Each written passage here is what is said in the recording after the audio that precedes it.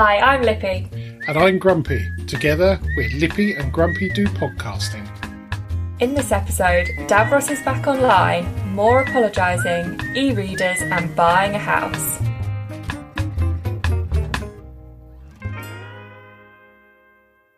Now, Lippy, another episode and another apology. It was a big oopsie this time, though, I think. It was quite a big oops, and I'm very grateful to the Screaming Tomato who pointed it out all the way from Australia. Somehow, I think in a post-Christmas euphoria, I managed to... haze is probably a better phrase. I managed to upload only the introduction and not the rest of the ramble. Good work. It was good work, so... Thank you very much. So I have put in something into our workflow notes to stop that happening again. Yeah, that's definitely a good idea. The oddity is we use a website for compressing the audio. And I looked at it and thought, that looks unusual. It's not normally like that. And that should have been a sign, really. Plus the fact it was very quick. Yeah, I was going to say, surely when you look at the upload and how long the episode was, it was coming up for 5 minutes. Well, I think it was about 20 seconds. Actually. Yes, not even 5 minutes. Well, the problem is I take the time right at the beginning of the process, so before it goes through any sort of munging and what have you. Yes, so a couple of things there. But so if you just heard your dulcet tones, a bit of mine as well, then I apologise. But you didn't miss a great deal, to be honest. It was a review of 2020 and there was not a lot to be said. Yeah, and a bit more ramble. So, we had an email from Davros. He's back online after a fairly frustrating couple of weeks. He's kudos to Netgear's support, which is good to hear. Yeah, it sounded like he got some pretty good service from them. Yeah, well, I've used Netgear for decades, and they've always been pretty good. The kit's fairly good. I know people, they have their distractors, but so good. So he's back online, back on issuing missives from Scaro. Strangely, no information about New Year's Day's Doctor Who, nor the news that the latest Doctor Who's stepping down. Oh, yeah. At the end of, presumably the end of the series they've just been filming. Now, Davros's playlist had a record on there that I couldn't bring myself to add to our playlist, as he was a disgraced 1970s glam rock star. And Davros has been nagging me to replace it, and I have replaced it now. And I've replaced it with Jethro Tull's Ring Out Solstice Bells. Obviously, it's about 360 days before we'll go through this again with Christmas playlists, but it's there for next year. That's good. That's good. Yeah. There for next year, ready. Yes, good to be prepared for Christmas. Yeah, definitely. One of the films we watched last week or so has been Bad Boys 3, whatever it's called. I really want to see it. Oh, it's on something or other. Now TV. I saw it the other day. Is it good? It's okay. It's a bit of a punch fest, to be honest. There's some very witty one-liners in there. It sort of hangs together with those, to be honest. I was reminded of the Salty Sailor, though, because at one point, one of the bad boys says, "I'll send you the coordinates," which did sound a lot better than saying "horse and nappy maid" or whatever the 3 words would be for the... So I kind of get it, really. I do kind of get it. So any news from the last week? Not massively. I mean, so quiet between now and the end of January. It is all a bit quiet, isn't it? Trod along, started a diet because I apparently put on 2 stone since the start of lockdown. Well, no, 1.5. Okay. Since the start of lockdown. And I think Christmas week pushed me over the edge, over the little 1 stone add-on. So, yeah, diet started, going really well on the 2nd day. And I'm allowing myself 4 cubes of chocolate a day. Blimey. You can't just cut chocolate. Isn't that more than you had before? No, I used to eat at least 3 or 4 strips of chocolate. Oh, okay. And I've got one of the massive, stupidly big bars that you get at Christmas time. So, 1 strip is actually 8 cubes. Yes. So I normally have 2 or 3 of those. Yeah. Yes. So that's stopping. I'm only allowed 4 cubes now. Okay. Well, good luck with that. Thank you. Keep us updated on progress. There's nothing like having to tell people how much you've gained or lost in a week to it's the focus only the way. mind. Yeah, you would actually do it as if people are monitoring. We're doing it as a group of friends, so... Oh, okay. Yeah, very good. Competition, the winner gets... Well, we're all putting in a £5 and the winner gets it, so there's 6 of us, so it's quite... So is that the absolute weight lost, or is that a proportion? Well, this is the thing. Myself and Chris wanted to do it as a proportion, like a percentage loss, but everybody else wants to do it as an amount lost. But we don't have that much to lose, really, between us. How long's the dieting period? End of Jan. If it looks super unfair, like we've lost a stone between us in a month and they've lost like 7, then obviously we're going to argue it. You think you're unlikely to lose 7 stone in a month? Oh, sorry, between them. Well, still 3 stone in a month's a lot. Or 3.5. Yeah. But anyway, we'll see what happens. Excellent. I'm so competitive, I just want to win. Well, obviously, yes. Obviously. Well, you know what they say about idle hands? So over the Christmas break, I ordered a whole load of scrap metal from eBay for lamps and scrap metal art that I'll be undertaking. Now we're not allowed out again. Yes.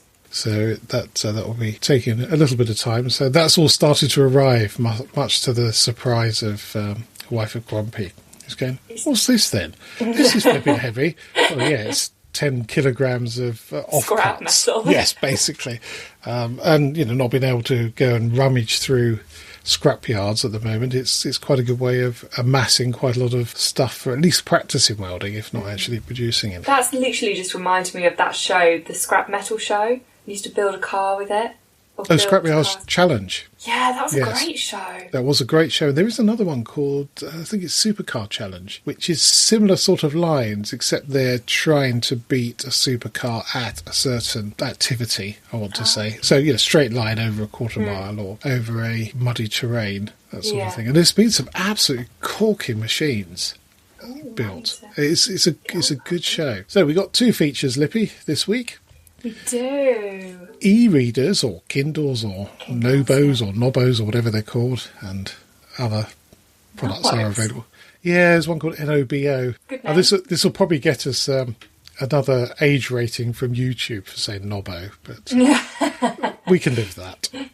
So I have a 3rd generation Kindle, which, having looked it up, is from about 2010. So it's 10 years old and still going very strong. And much to friends of mine's dismay, I absolutely love it. And the reason is it doesn't have a touch screen. There's no backlight, so the battery lasts ages and ages and ages. And it's the screen is similar to reading a paperback. So if it hasn't got a touch screen, how do you go through the pages? There's little buttons on the side to go forwards and backwards. So you don't get fingerprints all over it. And it uses that amazing electronic ink technology, which is a little bit like a Etch-a-Sketch on speed, really. It's a phenomenal thing. And a friend of mine has been fiddling with various bits of circuitry for various odd things, and he's been using these displays, and they're as cheap as chips. They cost, it's £1 or something for a display. It's very little money, and it's brilliant because you can see, say, the temperature outside, and you're not using power to continually refresh the screen. It's just the one. So it's a really interesting technology. It's been around for a while and perfected probably by Amazon. Yeah, Chris just got one. And the first thing we both noticed is that compared to like your iPhone and your tablet and all of that, it does take a while to load itself. But that is because of the Etch-a-Sketch type screen. So it's like re-inking it all and like you can see it shuffling down to reload the page, Oh, mine's virtually instantaneous. It is a touchscreen one, so maybe it's the... Yeah, it's 2 technologies together, maybe. And the other thing I like about it is that you can connect to the internet, but it is so slow and clunky. You have no distractions, so it's not like reading on your phone when all of a sudden there's a message. Yeah. It is quite good. And the lighting is a lot better for your eyes. Chris's one is backlit, but it's still not very bright at all. Compared to like your phone, it's not that massive UV in your face. Yeah, there's all night long. Yeah, it's the blue light that causes a problem. It sort of defeats the object if you're going to bed to read. Exactly, and then you read on something with lots of blue light. Gosh, that was a sensible top tip. That was, wasn't it? How did that happen? Who knows? Yeah. Well, here's an amazing fact. If you fill a Kindle or any other e-reader with lots and lots of books, do you think it weighs more than an empty one? It can't do. It does. No. It does. I'll post the link in the website. Well, apparently because it's basically energy, and energy has a mass, then it's a very small number. It's 10 to the power of minus 18 grams, so it is ridiculously small. And I suspect this is theoretical. Whether somebody's actually measured it or not, I don't know. I'm not sure scales can measure to that low sum. Interesting. Yeah, it is, isn't it? It's strange. That's like the whole 700 grams of cooked chicken is less than 700 grams of raw chicken. Less in terms of what? The amount of chicken that you get. So 700 grams of cooked chicken is heavier than 700... Well, it can't be heavier. No, sorry, it's lighter.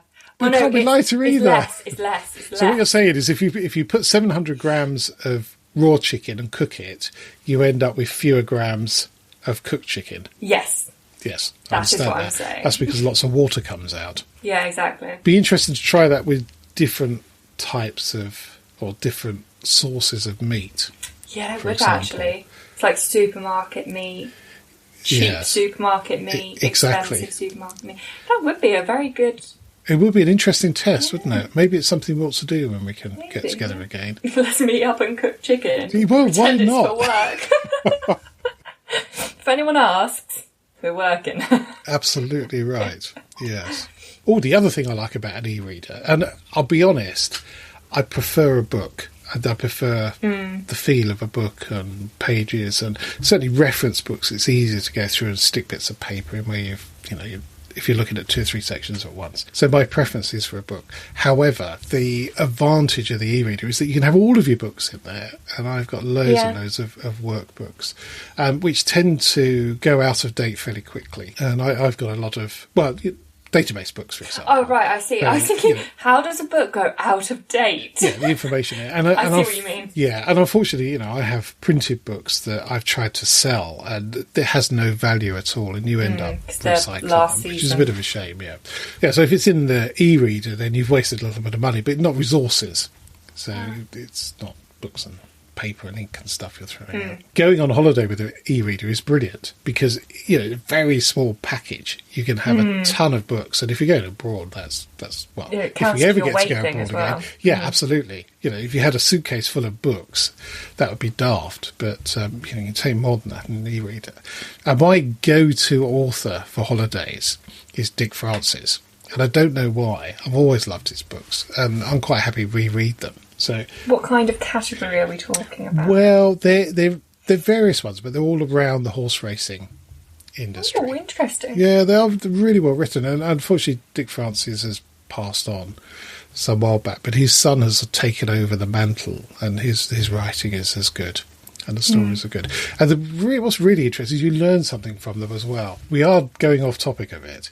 Yeah. But they're very well researched, and you feel you've learned something as well as being entertained at the same time, and that's quite a good thing in my view. That is, yeah. I'm definitely more of a paperback kind of person though, and I'm not really a book reader. Only when I'm on holiday. I'm away, and I can read a lot when I'm away. I went to America, and me and my friend went and actually picked up books. We went to a little... Very good. What are they called? Those little shops with libraries. Books in. No, not libraries. Yeah, bookshop. We went to a bookshop. That was a brain fart if I've ever had one. Well, it is the first week of a new year. It is, yes. Yeah, just got ourselves a little book. One more advantage of the e-reader. So if you've got a heavy book, for example, Wife of Grumpy has just bought Richard Osman's Thursday Murder Club, which is a brilliant, brilliant book. But it's in hardback and it's really heavy to read in bed. Whereas e-reader, and to be honest, you could probably get some sort of stand that clamps onto the bed and is just in front of your face. How swanky would that be? Yeah, I've definitely seen things like that. That's a good idea. Yeah, for small tablets. So you get an e-reader in there, no problem at all. Yeah, because the other thing about reading a book is your arm always gets cold because it's out the bed. Absolutely. You're going to be all like tucked in, snuggled, and then the book just in your face. But then you change the page with your nose. Yeah. Well, if you had an Alexa voice-activated one, you could just say next page. You're going to set mine off there. Oh. No, she's fine. Jolly good. We were on a Zoom the other day, and one of Chris's friends decided it'd be absolutely hilarious to go, Alexa, set an alarm for 6 a.m. Oh, that's perfect. If I set yours off. No, but you set yours off. I can hear it. I'll turn her off later. Yes, Hopefully I remember. I'll be running down the stairs at 6 a.m.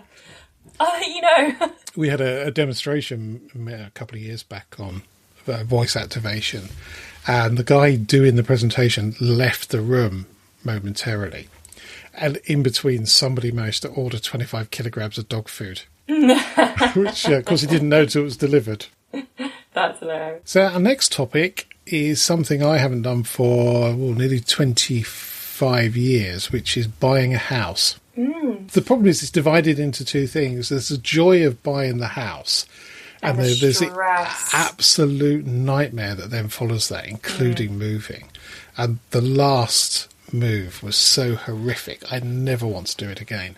I mean, you did have 2 young children when you did it. There was a number of problems with that move. The 2 young children, who were no help whatsoever. I was like 6 months old. Well, that's no excuse, really. The fact that the house we were moving from, you had to take the upstairs windows out to get the furniture out the upstairs, which was done by the removal men, so that was all right. But then the house we were buying, the guy gave us the keys and they didn't fit the door. And then we found a whole load of his stuff still in the house. And it was, it was just a bit of a nightmare. And it was run down when we bought it. And we walked in and just went, I don't remember it being this bad. Yeah. And then it turned into a bit of a money pit because the boiler broke and just all these things. And you just think, oh, what have I done? It turned out okay in the end. Obviously, because you still live there now. Well, only because I won't move. It's too much. Yes, we did try and it failed, and I'm glad it failed for many reasons. I can let you know that trying to buy a house hasn't become any less stressful. I attempted it. When was it? We put the offer in and had it accepted, and we're pretty much ready to move mid-March, and then bam, the thing we don't talk about happened, and lots of other things happened, fell through. But those 3-4 months of us almost buying a house was so stressful. Yeah. And you just don't know what you're doing the whole time. I feel like no one's updating you. You just get random emails being like, why haven't you sent me this? I'm like, I didn't even know I needed to send you that. Yeah. And then it's like, the mortgage company now wants, you've sent them your 3 months pay slips, your proof of whatever. And they're like, no, that's not enough to prove that you work. I'm like, what do you want to do? Come down to my office and just check I'm there? It is very stressful. I mean, we were blessed when we moved here with an extremely good estate agent who we were selling our house through, who knew exactly where everybody was in the chain. He's still there in the village, and he's exceptionally good. But you talk to the other estate agent, hadn't got a clue, absolutely no clue whatsoever. And I think with more and more online sales, the personal touch becomes harder to find. Let's put it that way. Which is, you need some help with this. It's a monumental task for whatever reason. I do have to say that the estate agent we had were very good, the people that we were buying the house with. After we found out who it was we were meant to be talking to, which took about a month, once we found her, she was absolutely amazing. Yeah. But we had no chain. The people that we were buying off of were buying a house that nobody lived in, and we weren't selling Chris's house, so it's not a lot of work then, is it? It's not a lot of updates going back and forth. It's just what's happening literally between us two. That is very true, and you can imagine a long chain. I don't know how long it was when we moved. There was at least 4 or 5, and part of the problem is the person who was selling the house we're now in, he was selling it because he was getting divorced, so he didn't really want to move out, and that just delayed it. And I can understand why, but it is quite frustrating. Yeah, we wanted to move quick. We tried to move quick, but there were a few little things that, like the roof popped up as being an issue, so we needed to get that looked into, and then it just kind of, we didn't hear from anyone for ages, and then I lost my job, so then that was it, done. Well, it possibly worked out okay in the end. Yeah. It was frustrating at the time. It was a lovely house and we loved the house, but it did mean that whilst I didn't have a job, we were very still stable, and it wasn't a stress of we've just moved, like now we can't pay the mortgage and all of that drama and trying to rent out this house, and we didn't have any of that, which in hindsight it definitely worked out for the best. But got our mortgage advisor appointment in 2 weeks. So we're going to try again. Excellent. Can't wait. But the quality of house has definitely changed online. You're getting a lot more for your money now. Interesting. Which is great news for us because our price point is kind of mid-range, I'd say. Well, I did a bit of research into facts and figures, and the average house price in October 2020 was $245,000, which was up 5.4% on the previous year, which seems massive increase. However, when you look at the number of house sales, so in 2019 it was 1.18 million. 2020 we were down to 650,000. Well, it's not a lot of people decided not to move in the end. Yeah, I think so. And also, that does not seem like enough money for a house. Well, did it say what type of house you get for that? Because it's the average house price. So it's very distorted because there'll be some massively high outliers. I guess is that across the whole country as well? Yeah, across the whole country. Yeah, so down here, a house that price is like 2-bedroom. Yes, it's astonishing because it's more than twice what we pay for the house we're in now. Which is ridiculous. It is crazy, and there's no way we can afford to buy this house now. It's bonkers. We're definitely looking for a house that isn't that expensive now, but has like a bit of extra land around the edge, or like hasn't got an extension over a garage yet, but has a garage. So like somewhere we can afford now and tweak, make it bigger and a bit nicer as we... Unfortunately, the estate agents will up the price on that because it has potential. So even though it's not there, you're still paying for it, which is crazy. Yeah, it is silly. It's a crazy world trying to buy a house, for sure. It is a bit bonkers. The only piece of advice I can give, having made this mistake first time round, is use a solicitor that's local. Because inevitably you're going to have to go and see him or her. And if you've chosen one that's at the West End of London and you're working in Essex at the time, that's a horrible drive across London. Thanks for that advice. Could have given me that one. Ours was down in like Cornwall or somewhere. That's far too far. Our solicitors were not good. They were the recommended ones and we should not have gone with them. They were absolutely horrendous. We barely heard from them. They didn't really know what was going on. And any time I asked them a question, they were like, that's not a question for us. That's a question for the estate agents. Yes. And we're like, cool, thanks.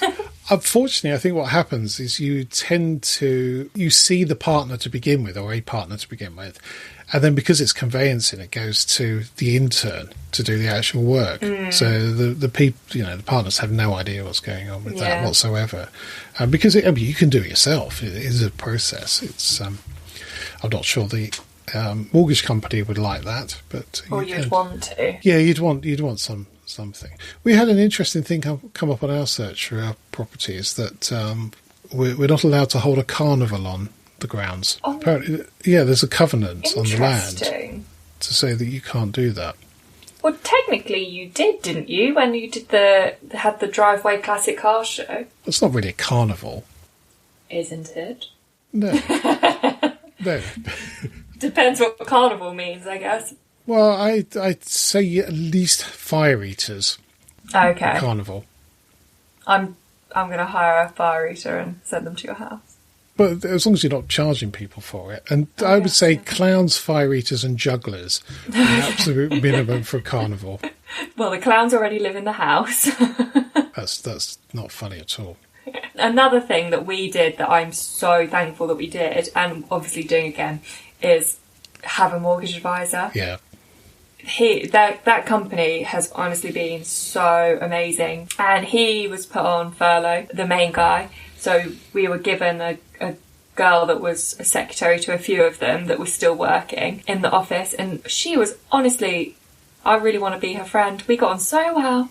And she was so nice and so on it. And every time I emailed her, she would reply within 24 hours with an update or like I've chased them again. I promise you, like I'm on them. I'm chasing them. So yeah, we're staying with them again because they just made everything a lot easier. And they don't make you feel bad if you don't know what you're doing or like what's going on.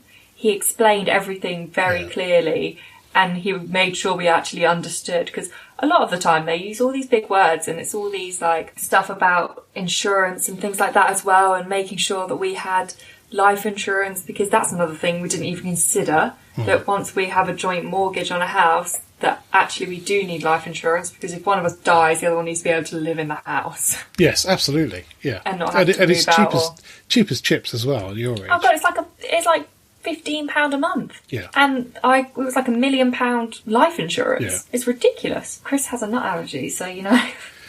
Yes, well, I just broadcast that. Joking, obviously, I would never. A lot of that is to do with the industry. Has been cleaned up a lot.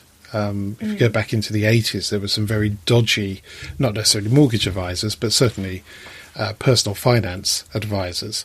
I've worked for a number of companies where there's been some goings on that need to be corrected, to be honest. So there's a lot of know your client type activities, because if they sign you up for this, that and the other, and then in a year's time you go, why am I paying this? Or why didn't you tell me about this? Then they're covered. Yeah. So there is a lot of that. So the financial industry itself is a lot cleaner than it was. But also it's good business practice. So you have a good experience with them. You're knowing, your age group, there'll be lots of people who'll be looking at mortgages and things like that. Although apparently the average age of a first-time buyer is now 31. Which you can see how that happens. Oh, gosh, yeah. Yeah, absolutely. Because when I rented, my rent for my flat, including my bills, was a lot more than what a mortgage would be. But I can't get a mortgage on that amount because I don't quite have the salary for it, even though I can prove I pay it, because I obviously paid my rent, but they don't give you the money just because you can prove you can pay it. Your salary literally has to match exactly what their requirements are to be able to buy the house. Yes, and a lot of that goes back to the malarkey that led to the 2008 crash, where the mortgages were being horrendously oversold. And, Given out left, right. Well, yes, and the multiples were crazy, and I remember some mortgages. If you go back before that, you could get an amazing multiple on your salary. It just wasn't an issue at all, and money's a lot cheaper now than it was. I'd like to buy a match. That would be nice. That would certainly be nice. A couple of barns would be nice. I was reading in the paper this week. Apparently, lots of people my age and older are buying woodland. Oh. To protect it, and also a bit of wild camping as well, which is quite nice. Yeah, that's quite cool. So, Do you need a licence to camp on it? If it's your land, no. No, I guess you. No, I wouldn't have thought so. The one that was camped was beautiful, lovely lake in the middle of it, or pond in the middle of it, and they'd fitted a composting toilet. Which is, yes. Yeah, I've only ever come across one. And they stink. This one did, but it must be better. You must be able to do better than that. And apparently you can get them on barges as well, which that just sounds horrendous. People... Wait, on a barge, surely it just drops into the river? Well, you really don't want to do that. No. Really don't want to do that. I mean, I know I've sailed on boats in the ocean where they do that, and it's... The ocean's slightly different to a river. Slightly different, yeah, but it's not overly Because it pleasant. goes into the ocean anyway. Yeah, but it is cleaned up before it goes there. It doesn't just drop straight in there. True. And I know there's a lot of other stuff in there, and the fish aren't too worried about where they do it. So also, you have to worry about marinas as well when you've got that sort of toilet on board. So, do you have a top tip, Lippy, for this week? I do. My top tip is for those like myself who don't enjoy washing up. So, when you can't find a spoon, put sellotape around a fork, and you can use it as a spoon. That is ridiculous. Why would you do that? What? Why would you spoon? simply rinse a spoon? Don't like washing up. What? So what are you using the spoon for? So if you use just for ice cream, you don't want to use your soup for your spoon, your spoon for your soup. Yeah. So put some sellotape around a fork, then you got a whole new spoon. I think we'll wait for the fan mail to come in on that one. Also though, what if you're out camping or whatever, you're naturing, and you forgot a spoon and you need a fork? What, and you just happen to have a reel of sellotape? So you got a fork and a reel of sellotape? Yes. When have you ever taken sellotape camping? Never. But you've taken masking tape, haven't you? Oh, probably. I take all sorts of tape, gaffer tape, but I also take spoons. Yeah. What you want is, I can't think what they call it now. Is it a spork? Spork. So you've got a knife, fork and spoon all in one. No, a spork is just a spoon and a fork. There's something else that's a knife, spoon and fork, and I don't know what it's called. Oh, well, this is interesting and unexpected from the usual oracle, which is Wikipedia. So an eating utensil combining the functions of a spoon, knife and fork is called a splade. Yes. And it goes back to 1940 and was invented by an Australian called William MacArthur. Crazy. Well, it does make sense, doesn't it? Like, if you're out and about, you don't want to have to take 3 things with you, just take one. Yes, indeed. And what's interesting is the fighting bit of the cutlery is all at one end. So it's not as if you've got a fork at one end and a spoon at the other and use a bit in the middle. Well, as yeah, a because you knife. don't want to put your hand on the bit that you've just cut with or be holding a bit you're just about to stab food with. No, definitely not. Especially in these days when you need to wash your hands every other second so that you don't die. Yeah, so actually, maybe rather than the sellotape, take a splade with you. Yeah. Right, we'll change that top tip. Well, you don't have a now. spoon. Take a splade. Take a splade. Would you like to hear my fact of the week? Yeah, go on then. You'll be amazed by this. Oh. So the Easter Island heads, which we're all fairly familiar with, have bodies. I heard about this. Yeah, so the tallest of the statues they've uncovered is 33 feet high.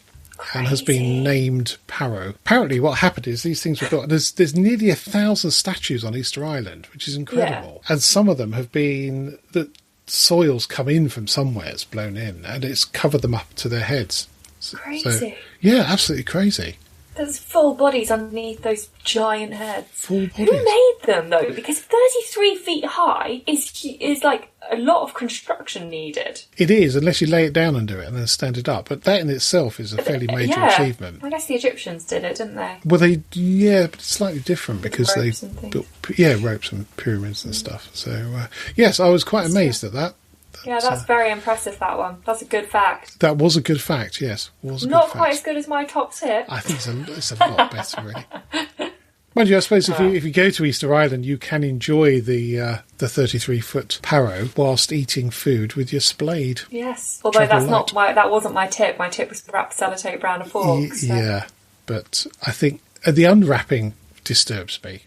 But we've talked about that for long enough, I think. Yeah, we have. So that's it for this podcast. Thank you so much for listening. I would like to thank our sponsors, however we don't have any. If you're enjoying our rambling podcast and can spare a few pennies to help with our hosting costs, please head over to patreon.com/Lippy and Grumpy and also leave a good review or a bad one. If you have a topic you'd like covered, please leave us a message via our website, lippyandgrumpy.uk. So it's goodbye from me. And goodbye from him. Goodbye.